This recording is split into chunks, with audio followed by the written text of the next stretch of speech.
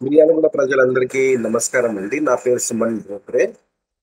ఇప్పుడు రాబోయే 13 తారీఖున ఏదైతే ఎలక్షన్స్ ఉందో, వాటిని మనము విజయవంతం చేయాలి అండి. మనం పండగలకు ఎలా అయితే మన చుట్టాలను, మన పిల్లలను, మన ఫ్యామిలీ మెంబర్స్‌ని ఎలా అయితే ఇంటికి రమ్మంటామో, అదే విధంగా దూరాల్లో ఉంటున్న మన పిల్లల్ని, మన రిలేటివ్స్‌ని ఎవరికైతే మన మిర్యాలగూడలో ఓటు హక్కు ఉంటుందో, వాళ్ళందరినీ మీరు పేరు పేరున అందరికీ కాల్ చేసి, అందరిని సంప్రదించి, వాళ్ళని ఈ 13 తారీఖుకి ఏదైతే జరుగుతుందో, మన ఓట్ల పండగ అనుకుంటాం గదా!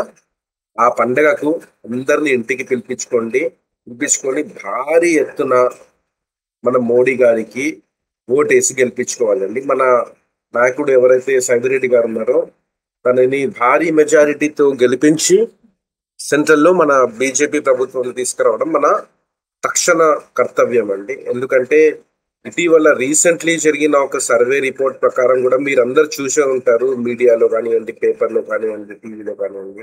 7.82% 7.82% తగ్గుదల చూసాం మనం హిందూ జనాభాలో. అదే మరోవైపు ముస్లిం జనాభా చూసినట్లయితే 43.15% పెరుగుదల. ఇది చాలా భయానికి గురి చేస్తుందండి. ఎందుకంటే ఇంత వేగంగా ఈ ఇలా మన జనాభా తగ్గుతూ వస్తుంటే, వాళ్ళ జనాభా పెరుగుతూ వస్తుంటే, మన భారతదేశం ఒక ఇస్లామిక్ దేశంగా మారడానికి పెద్దగా సమయం పట్టకపోవచ్చండి. మనం గతంలో చాలా రిపోర్ట్స్, నోటిఫికేషన్ సర్వేస్ చూసాము. భారతదేశం 2042లో గాని, 2047లో గాని ఇస్లామిక్ కంట్రీగా మారే ఛాన్సెస్ చాలా బ్రైట్‌గా ఉన్నాయని చాలా నిపుణులు చెప్పడం జరిగింది. కానీ ఇప్పుడు ఈ సర్వే వచ్చిన తర్వాత వాళ్ళ స్టేట్మెంట్స్ మారిపోయినాయి. ఎందుకంటే వాళ్ళు భారత్‌ని ఇస్లామిక్ కంట్రీగా మారడానికి అంత సమయం పట్టకపోవచ్చు. మనకు ఇంకో రాబోయే 15, 20 సంవత్సరాలనే భారత్ ఇస్లామిక్ కంట్రీగా మారినా కూడా మనం ఆశ్చర్యపోవాల్సిన అవసరం లేదు అని అంటున్నారు.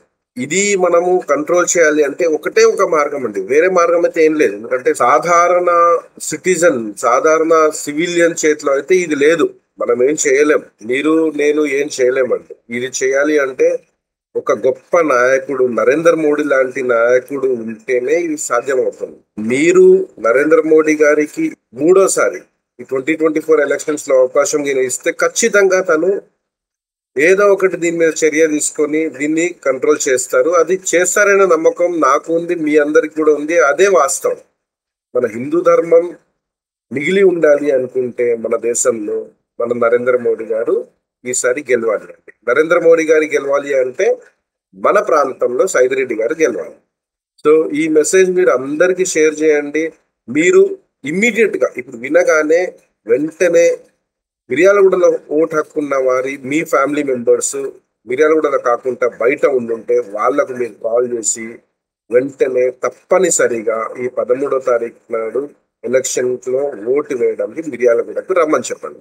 ఇదొక కన్నుల పండగ. ఎలా అయితే మనం దసరా, దీపావళి, ఉగాది ఎలా అయితే మనం తెలంగాణలో ఎంత ఘనంగా జరుపుకుంటామో అంతకంటే ఎక్కువ ఘనంగా మనం ఈ ఓట్ల పండగ జరుపుకోవాలి. బీజేపీకి ఓటేయాలండి. ఎందుకు నేను ఈ ఓట్ల పండగని ఘనంగా జరుపుకోవాలంటున్నాను అంటే, రేపు పొద్దున్న మనము ఈ ఉగాది, దసరా, దివాళీ లాంటి హిందూ పండగల్ని జరుపుకోవాలి అంటే నరేంద్ర మోడీ గారు గెలవాలి.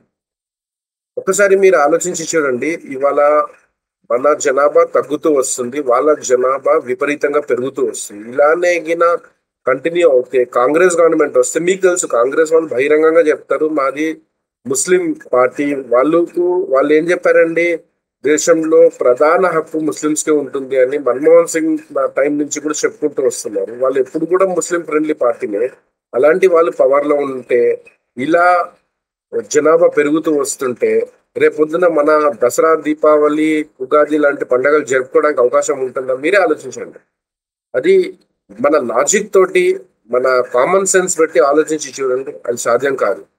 రేపొద్దున మనము మన పండగలు, హిందూ పండగలు ఘనంగా జరుపుకోవాలి, సంతోషంగా జరుపుకోవాలి అంటే ఇప్పుడు మనము ముందుగా ఈ 13వ తారీఖున జరిగే ఓట్ల పండగను ఘనంగా జరుపుకోవాలి.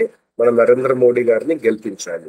దయచేసి నేను చెప్పిన దాన్ని మీరు వెంటనే పాటించండి, ఎందుకంటే ఎక్కువ సమయం కూడా లేదు, ఇంకో 2 రోజులు మాత్రమే మిగిలి ఉన్నాయి.